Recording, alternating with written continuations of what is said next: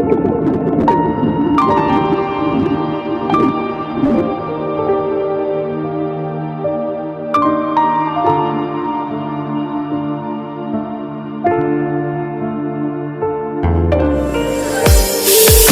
جا گرفتارم، حتی یه ساعت چشم رو هم نمیذارم. میگفتم اگه بری رو خاک سرد زمین سر میذارم. نشستم به تنه همون خاک سردی که یه روزی قرار بود روش سر بذارم.